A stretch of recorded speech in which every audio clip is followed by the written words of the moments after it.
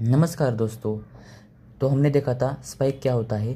Spike क्या होता है कि जो अचानक आने वाला वोल्टेज है वो वोल्टेज को अब ये स्पाइक कहते हैं। मतलब कि हमारे घर में जो भी वोल्टेज आता है, जो भी करंट आता है, वो अचानक से बढ़ जाए या कम हो जाए तो उसे स्पाइक कहते हैं।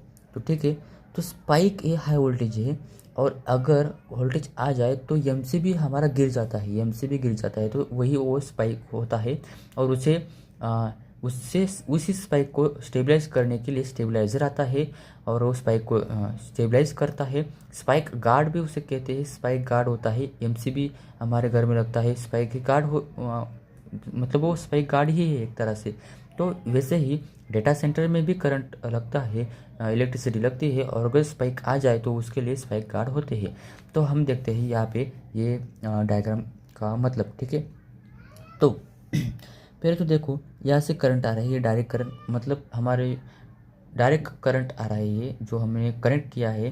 तो एमसीबी उसके अंदर लगा होता है। पहले तो एमसीबी लगाएंगे क्योंकि अगर यहाँ पे स्पाइक आ जाए तो एमसीबी एक्टिवेट हो जाए और ये वही रोकते, क्योंकि आगे वो करंट जो डिवाइस है उसे ख़राब ना करे।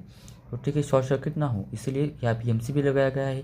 तो यहाँ पे आगे जाते ही यहाँ पे ये सर्किट है जो कि जाता है जनरेटर की तरफ, और जनरेटर और उस सर्किट के बीच में एमसीबी लगाया गया है।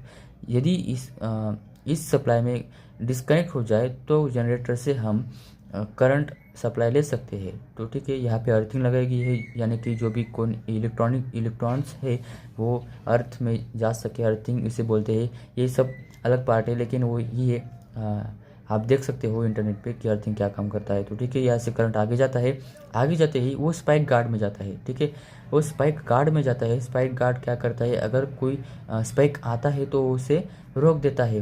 तो ठीक है, स्पाइक गार्ड वो काम करता है। फिर स्पाइक गार्ड से होते हुए ये सीपीयू नहीं है, ये सीपीयू नहीं है, ये कुछ से मैं भूल गया उसका नाम, सीपीयू, ये कुछ से, अरे यार। तो ये अगले वीडियो में मैं इसे करेक्ट कर दूँगा।